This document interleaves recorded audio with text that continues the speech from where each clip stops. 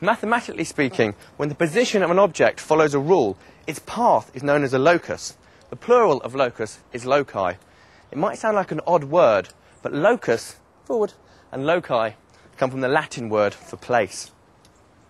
And today's Maths for Real brings you the lowdown on loci, helping you to recognise the different types of loci and how to draw their paths. Come on, let's go.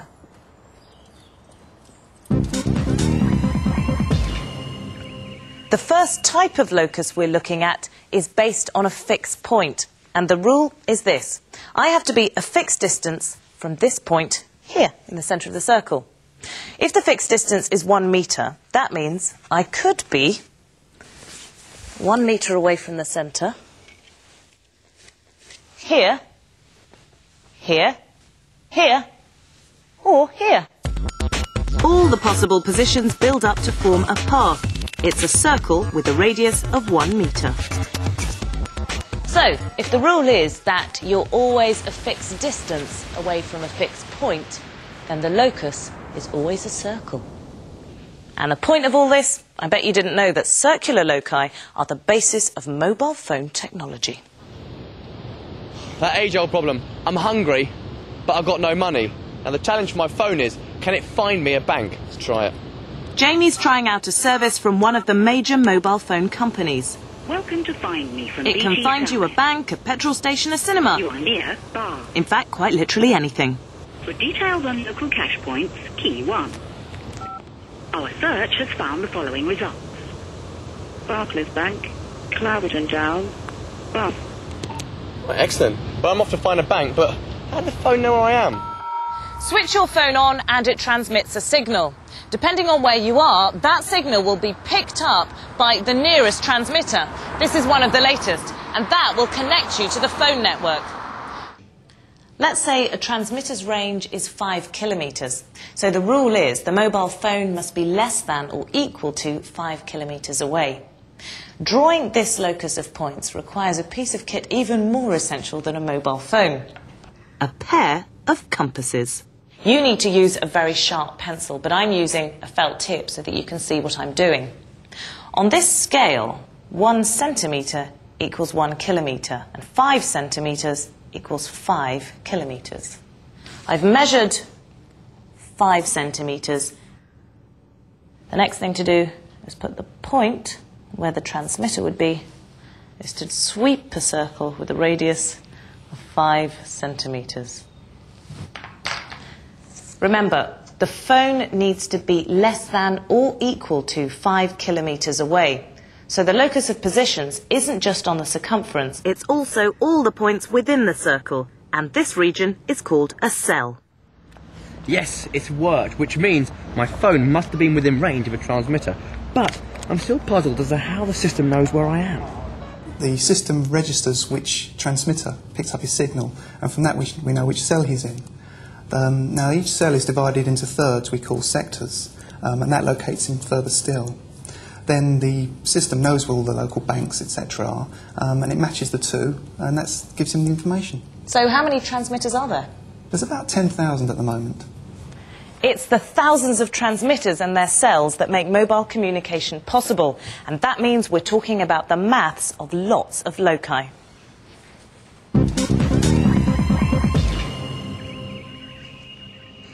The next type of locus involves a fixed straight line. The rule is that all points on the path are a fixed distance from it. If the fixed distance from the straight line is to be 1 metre, I can stand here, here, and here.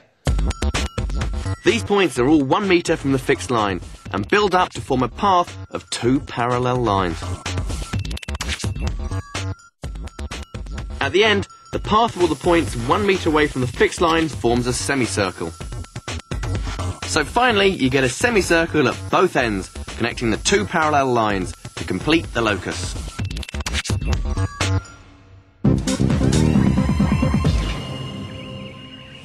My safety is now in the hands, or should I say eyes, of Topaz. She's a fully trained guide dog. This is a weird experience. But her main responsibility is to stop me from bumping into things, which means she has to be spot on when it comes to judging distances. Come on, Topaz.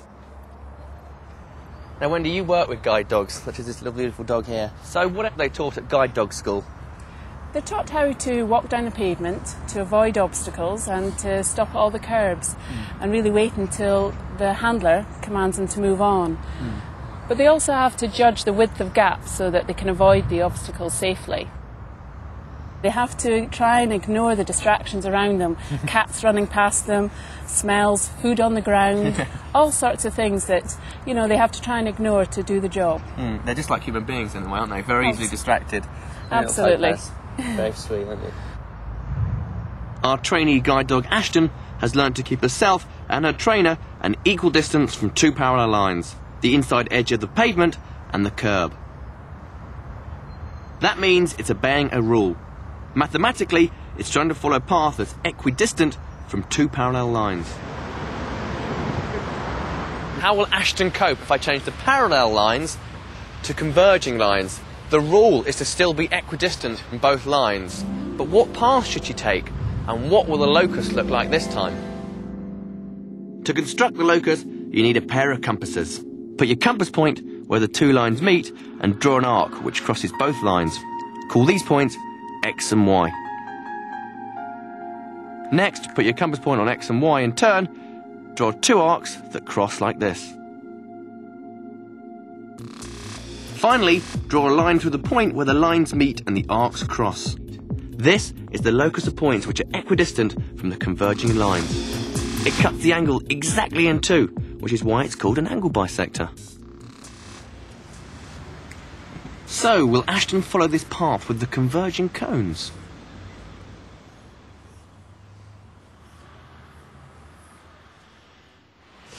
Good girl, good girl.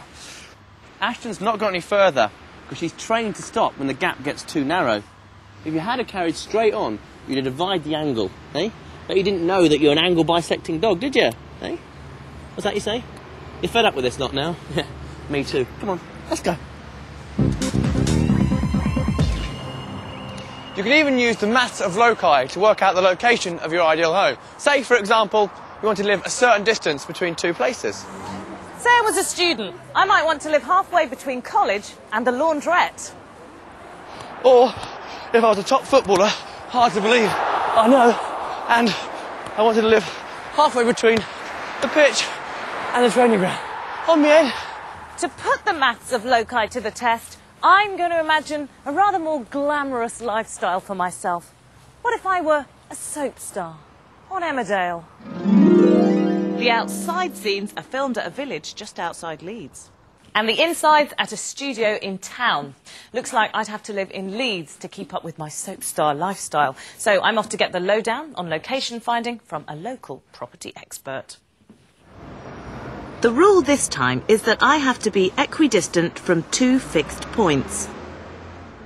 Paul, people say location, location, location is the most important thing when you're buying a house. I'm looking for a property that's halfway between the Emmerdale village and the studios. Do you think you'd be able to help me out?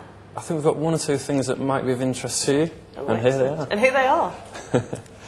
Oh, excellent. Let me have a look through these. Not sure I like the wallpaper on that one. That looks rather grand. It looks great, but is the location suitable?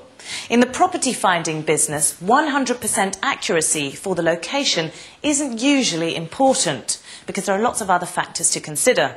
But in maths, you need to be able to draw accurately the locus of points that satisfy the rule you've been given. Remember, the rule here is that my soap star suite needs to be equidistant between the Emmerdale village, which I've marked A, and the studio, which I've marked B. That means I've got to find the locus of all the points that are equidistant between these two fixed points. To do that, I'm going to need a ruler and a pair of compasses.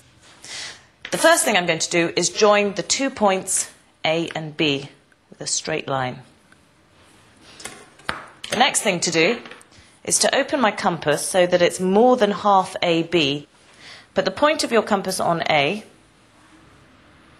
and draw an arc on either side of that line. Then put the compass on B and draw 2 more arcs to cross the first 2 that I drew. Finally, I draw a straight line through the two crossing arcs. And that gives me the locus of all the locations that are equidistant between A and B, and it's called the perpendicular bisector. So, is this luxury apartment equidistant from the Emmerdale village and the studios? Well, this is where I am here, and it's not too far from the locations marked out by the perpendicular bisector. But the question I'm asking myself is this luxury apartment really worth the luxury price tag? This is the part of the programme where Jamie and I have to do some maths for real. We're both going to answer the same question, but only one of us will do it correctly. Yes, the other will make a deliberate mistake, which you have to spot. You decide, do you tick it or do you trash it? Construct accurately the locus of all points on the grid which are equidistant from A and B. Pens at the ready? Let's go. Construct accurately the locus of all the points on the grid which are equidistant from A and B.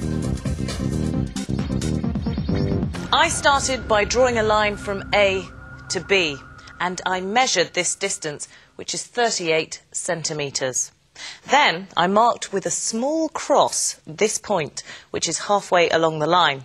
This point here is equidistant from A and B. To draw the locus of all points that are equidistant from A and B, I drew this vertical line here. The red line is the locus of points that satisfy the rule. I also started by drawing a line from A to B, but in my working, the locus of points equidistant from A and B is this red line here. Now, to construct it, I used a pair of compasses. I set them at a radius that was more than half the distance between A and B. I placed a compass point on A and marked arcs above and below the line. Then placed a compass point on B and did the same again. This red line that cuts through the crossing arcs is the locus of points which are all equidistant from A and B. So whose working should you tick and who should you trash? Was Jamie right to use his compasses? Or was Katie right to draw a vertical line? Who made the deliberate mistake?